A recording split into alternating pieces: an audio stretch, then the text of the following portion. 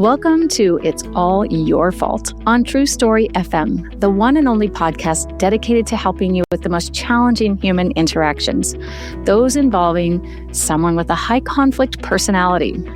I'm Megan Hunter, and I'm here with my co-host, Bill Eddy. Hi, everybody. We are the co-founders of the High Conflict Institute and conflictinfluencer.com, where we focus on training, consulting, coaching, methods, and programs, all to do with high conflict and how to do it better.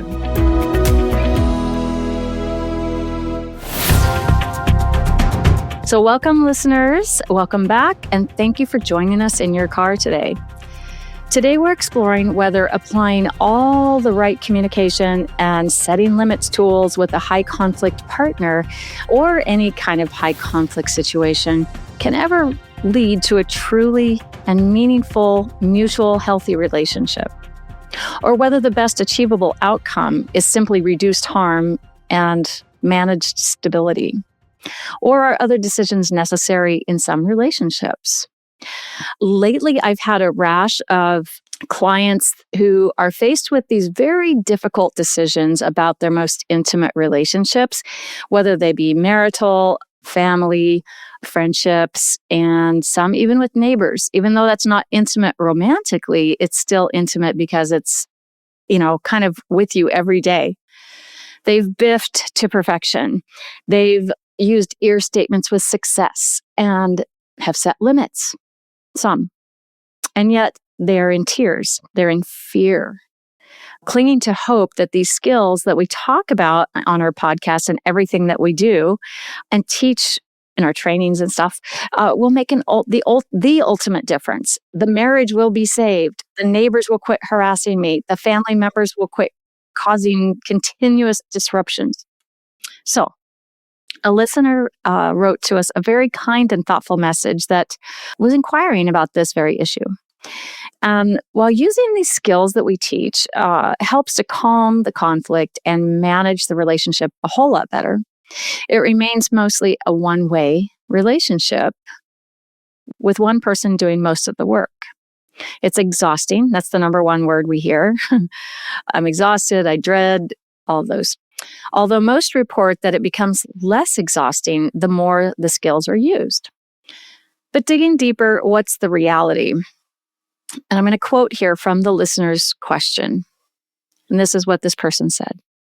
In other words, success in a high conflict relationship often looks like fewer blow-ups, less chaos, better containment, but not the emergence of a genuinely attuned, accountable, or mutually caring partner.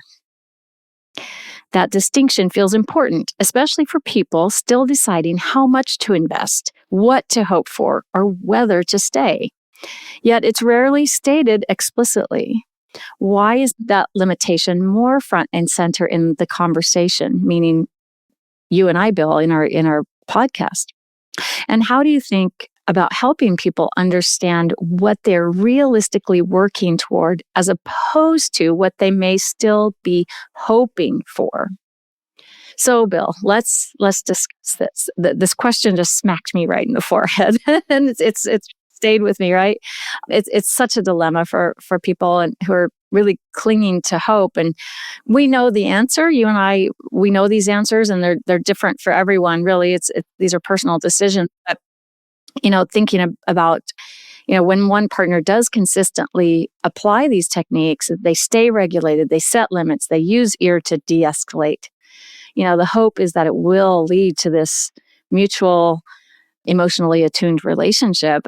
However, the only one doing the work, true work that needs to be done to make this a two-way relationship is you, right? So it's almost like you're the one doing all this relationship work using the skills and probably feeling like you have to sacrifice your own, self-fulfillment, relationship fulfillment, while the other person's kind of down here. So how do we get folks here? Is it possible to get folks here? How come this person doesn't have to have skin in the game? Right? So let's start there. Is Bill, is there potential of a two-way caring relationship? Well, let me start with the word, it depends. Yeah. The thing to think about here is high conflict people who tend to be preoccupied with blaming others, have a lot of all or nothing thinking, often have unmanaged emotions, and may do things, engage in extreme behaviors that 90% of people would never do. This pattern seems to overlap a lot with personality disorders. Maybe half of people with high conflict personalities have personality disorders, maybe half, they still may have some traits. So this is where the most difficult to accept part is that comes in. If somebody has a personality disorder, the definition starts with an enduring pattern of behavior. Get that, enduring pattern of behavior, and then goes on to say characteristics. And that's the problem. So I'm saying if they have a personality disorder, they have an enduring pattern of behavior, it's going to be very hard to change that behavior because it's enduring. However, not necessarily impossible. And this is an area where there's been some good success for people, say, with borderline personality disorder. And that disorder includes a lot of blaming and all or nothing thinking, emotion dysregulation, and sometimes domestic violence or other extreme behaviors. Well, there's been therapy that's probably the most out of the 10 personality disorders, the most hopeful, because there is some therapy like dialectical behavior therapy, nicknamed DBT for its initials, that has helped a lot of people.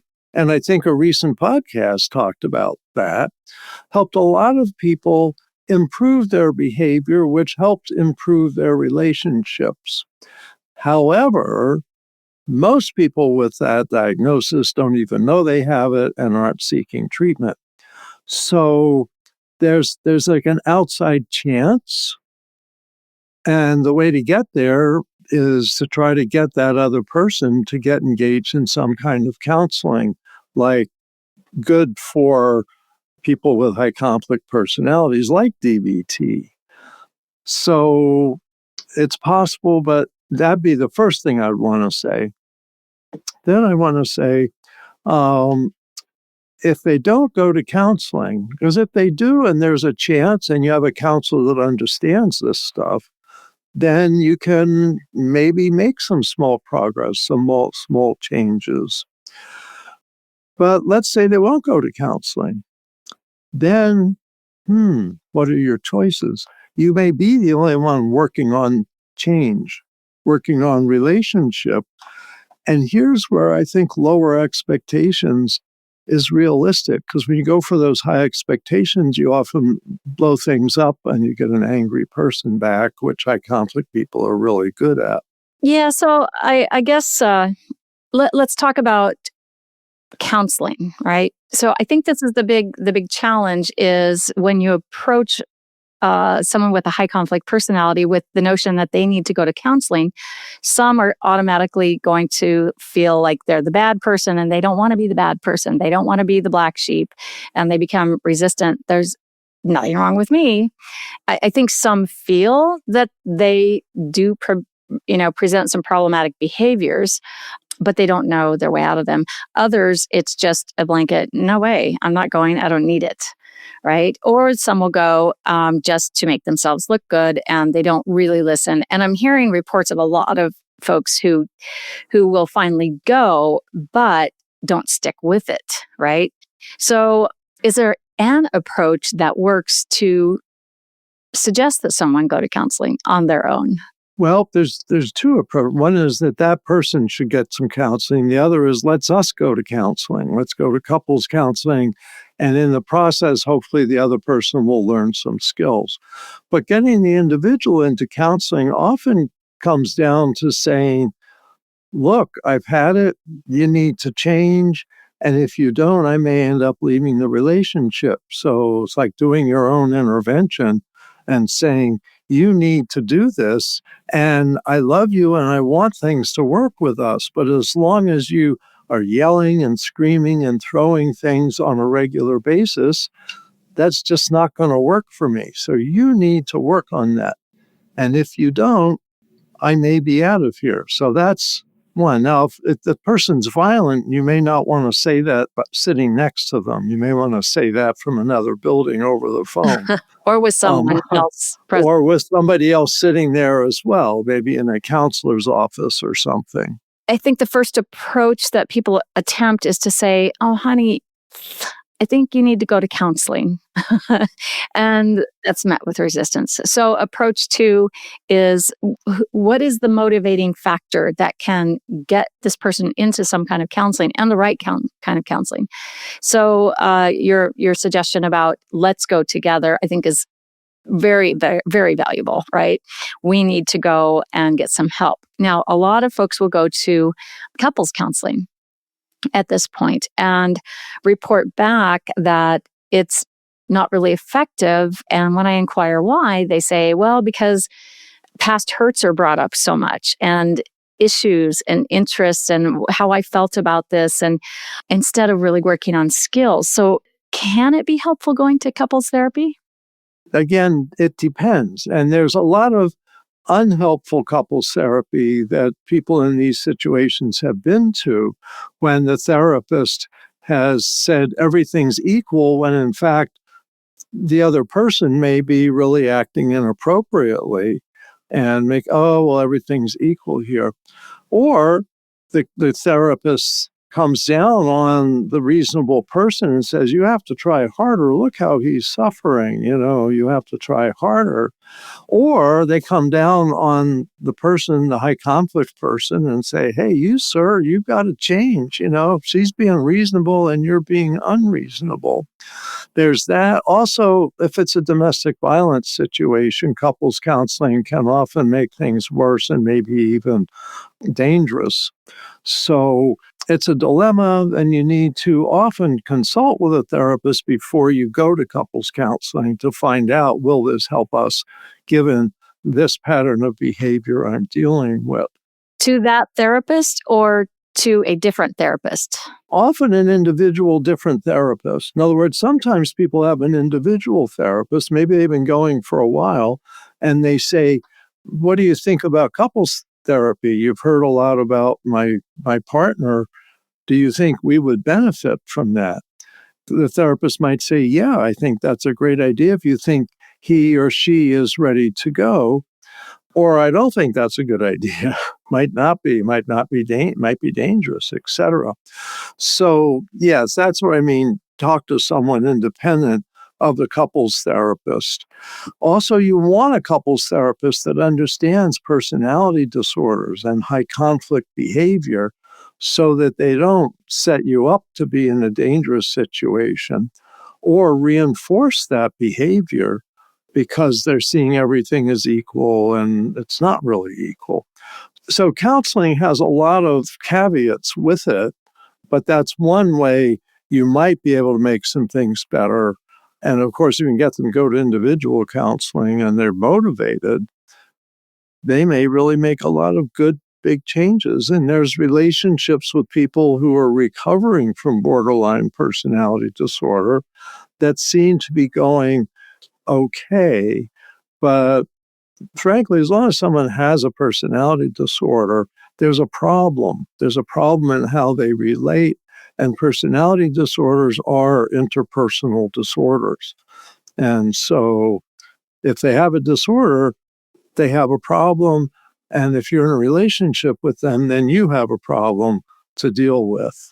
I think a lot of people think if I just do it right, and you mentioned, Bill, if I just try harder. And to me, try harder is a red flag, right? Now, we can all do better. And that may mean trying harder. But I find frequently when I hear someone saying, I've tried so hard, I keep trying harder, I keep failing, I keep thinking I'm doing it wrong, that's usually a sign that maybe that things are not going to be reciprocal and caring, right? Because you have only one of the two parties that's moving, right? One of you is adapting, one has had to walk on eggshells, one has had to contain the relationship, learn the skills. And in their words, a lot of times I'm the one that's had to sacrifice, right? And then get blamed for everything, and that I'm doing it wrong. And then if I leave this relationship and get divorced, well, now I'm going to be divorcing someone who still has these same issues, and it can be probably a whole lot worse. Potentially, yeah. It's really hard to say, but people with personality disorders have a disorder, and the nature of it's interpersonal, and it tends to include a lot of blame, a lot of all or nothing thinking, a lot of unmanaged emotions that are an enduring pattern of behavior. So part of it is figuring out realistic expectations. Now, let me just say a little bit about personality disorders. Cluster B personality disorders includes narcissistic, borderline, which is wide mood swings, sudden intense anger, antisocial, which is very aggressive, lies all the time, may fabricate stories that are totally made up, may take risks. They confuse you. And they certainly confuse you, they con you, confuse you, all of that.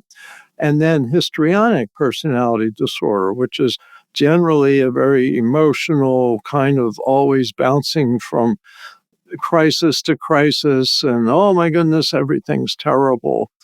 So these four personalities are called cluster B personality disorders.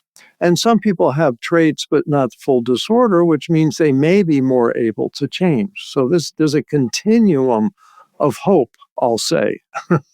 Yeah. But research tells us the characteristics of people with cluster B are that they're erratic, so they kind of constantly in chaos, that they're dramatic, and that they're emotional. So their emotions are heightened, and that can be pretty intense to be around.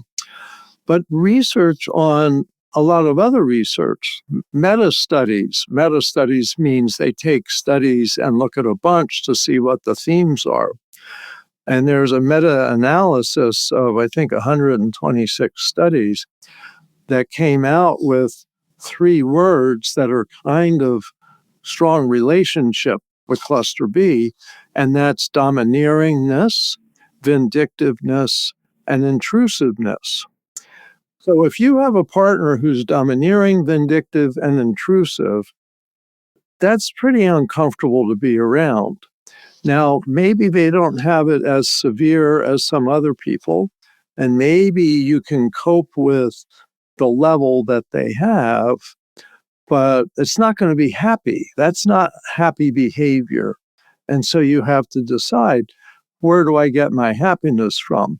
Maybe there's a reason to keep this relationship, maybe to stay married, stay in the same house. Maybe you've got kids who are 15 and in 3 years they'll be 18. So you want to try to stay together for them. And many people do. I've consulted with a lot of people who are thinking about divorce but decide to stay together for 3 more years for the stability of the kids. I only recommend that if they think they can make it work by balancing that with other people in their outside life that can give them attention, that can give them empathy, give them respect, so that staying with this partner, even though it's uncomfortable, is still manageable. And so that's one solution, is build a life, have a support system that includes people who can give empathy, attention, and respect, who can enjoy what you do, and other things like that. Otherwise, you do run out of gas. And many people who come to us, as we both know, are just running on fumes. And they're like, this just doesn't seem to be possible or worth it anymore. I don't have anything left to give. I think that's really important to surround yourself with others if you are going to try to make it for the long haul. Yeah. And it's not comfortable. And this is so hard to say, because this means 10% of people who the research says have a personality disorder aren't desirable as relationship partners. The reality is that's true. And so they've got some options. They can try to change. And if they want close relationships and work at change, they may succeed. There's a lot of people with borderline personality disorder who've gone into recovery from that because they've learned a lot of relationship skills and they are happier now, but they often have outgrown the diagnosis. They're no longer in an enduring pattern of negative behavior. So it's sad, but it's part of reality, is to know that this is an enduring pattern. And part of this is people really put a load on themselves. It's all up to me. Like you said, Megan, it's like they're working so hard, but it may be a fantasy that I can make this a happy, intimate, close relationship that meets my needs, may be out of reach. Yeah, I had this thought about physical bodies. Bear with me here. So you have someone who's able-bodied who is in a relationship, like a marriage, with someone who, is quadriplegic. Well, there are some differences there, right? And one is able to move and walk and do all of those things, physical things, where the other partner is not. It probably feels somewhat, I'm assuming, I haven't spoken to anyone in this situation, but that one partner probably is having to sacrifice quite a bit, but because they love that person, though, is unable to get up and walk and take care of, their needs. And so in that type of a situation, you make choices. And so if we now take this over into the high conflict world, you have someone who is able personalitied. That's a Meganism, I would say. Able, it's not in the dictionary. Able personalitied, and they can have interpersonal relationships, and we're all a little funky, and we don't get it all right, but most people do and can. And then if they're paired or partnered with someone who is not able personalitied, there is going to be sacrifice there. And one of you is capable of making these important decisions, yet it's the other person that seems to be dictating everything and making those decisions. And this person, the able personality person, is afraid to make that decision or to leave that person. And if we go back to the listener's original question, is it ever going to get to a place where it's mutual? And I think in some, like you said at the beginning, Bill, it depends. There are some who do get into dialectical behavior therapy, maybe schema therapy, maybe some other kind of counseling that's working. Absent that, then you are making a choice. You are faced with the choice of staying with someone who's able to change or not.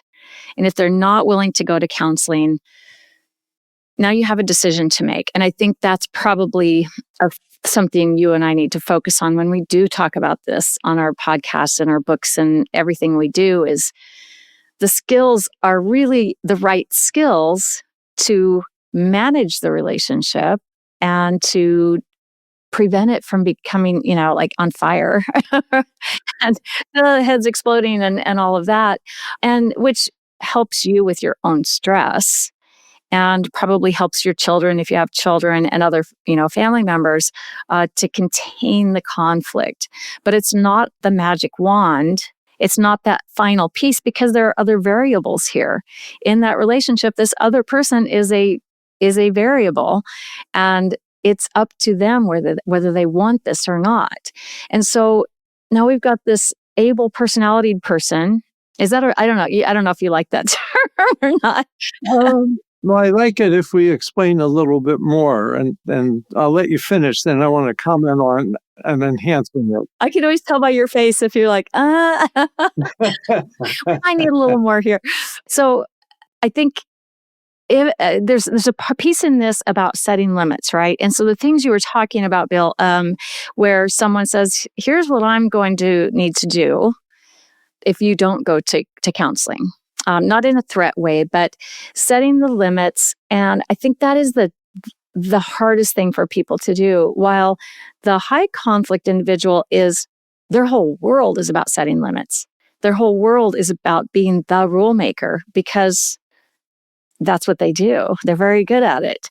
It fits with their operating system. And so those around them need to be setting limits on them, but they're afraid to. So one way then to a path for how to proceed in this relationship yourself is to go ahead and set that limit, right? Yeah. And plan what consequence you're going to impose if they don't accept the limit. And then follow through. And follow through. And that's the whole thing, the SLIC Solutions idea, setting limits and imposing consequences. Because if you're not ready to do that, high conflict people tend to ignore limit setting. And they go, oh, okay, I shouldn't do this thing that you don't like. Well, I'm just going to keep doing it. And you're like, oh my goodness, well, I told them to stop. Told them to stop. I don't know. What else can I do? Well, have a consequence if they don't stop. And sometimes that's leaving the relationship.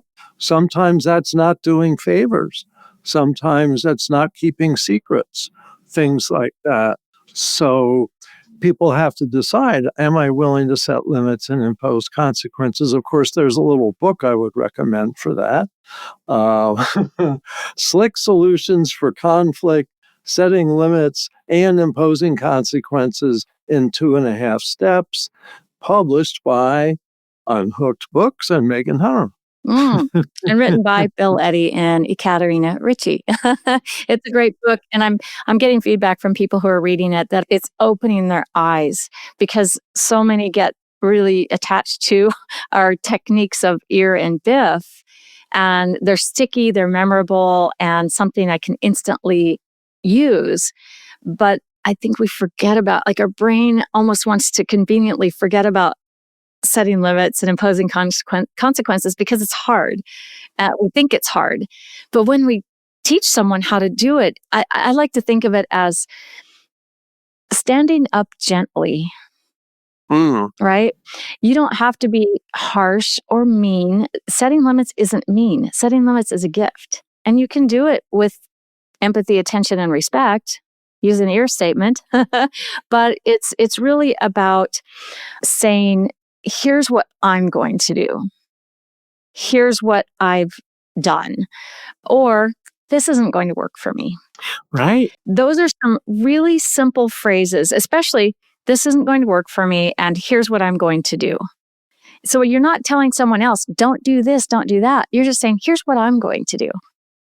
Because you can't control the other person, but you can control your response to that person. And I see people sit up taller once they realize, oh, I can just say, here's what I'm going to do, or that doesn't work for me. Yeah, it doesn't have to be a major confrontation.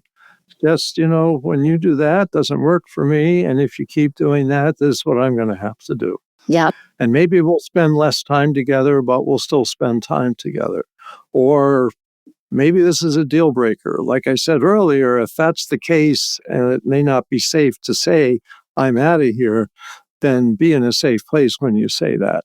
Don't just tell someone that maybe is used to hitting you that now you're going to leave. That's when you're at the most risk. Yeah. But I wanted to just enhance what you're saying about your statements is we say about half the time. That's the half step.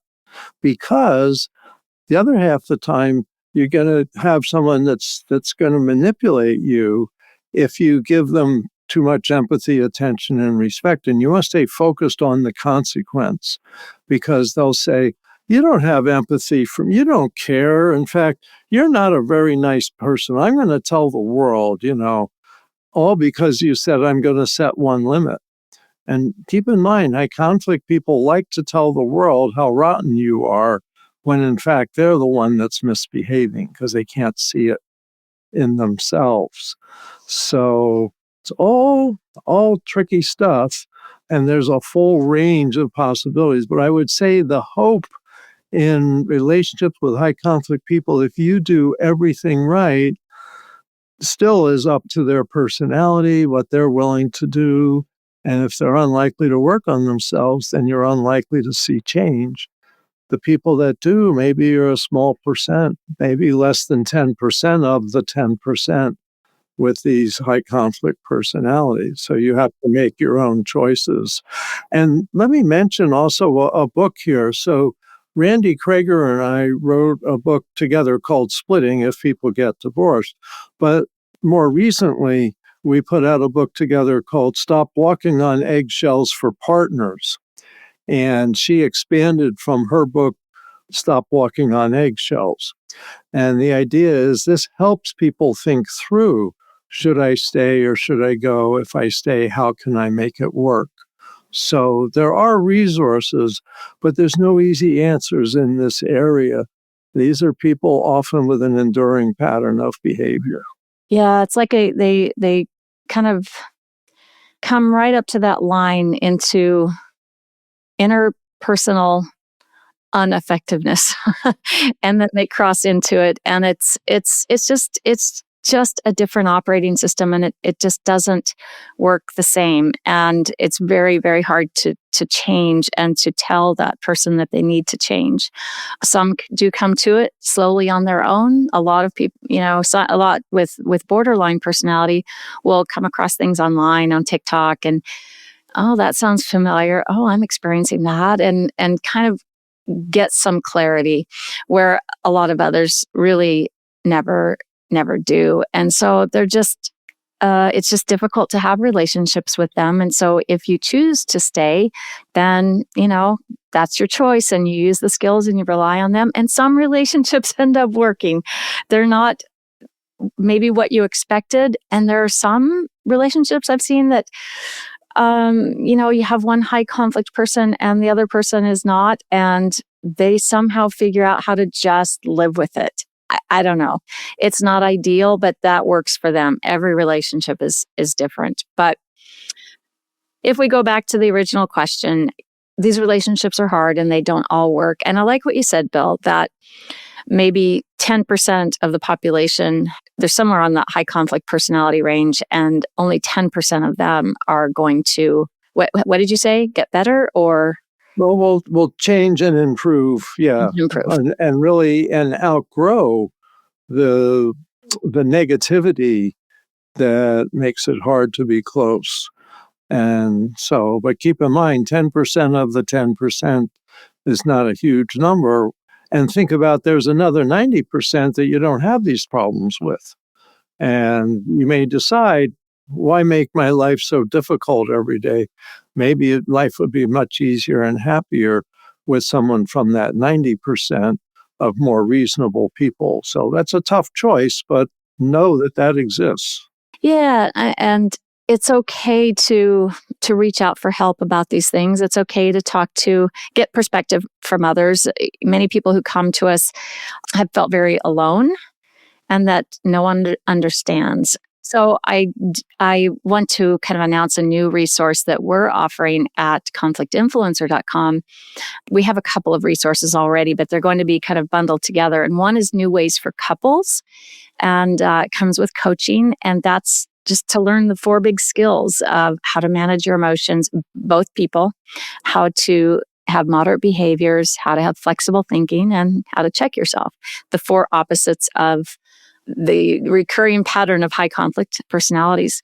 So we have that. And then we are starting a whole new thing called Should I Stay or Should I Go? Or something like that. The title remains to be nailed down, but that's the question we get so often is, should I stay in this relationship? So we're going to have all the resources under there and support that you could ever need. So we'll put that link in the show notes, and we'll be talking about it in future episodes as well.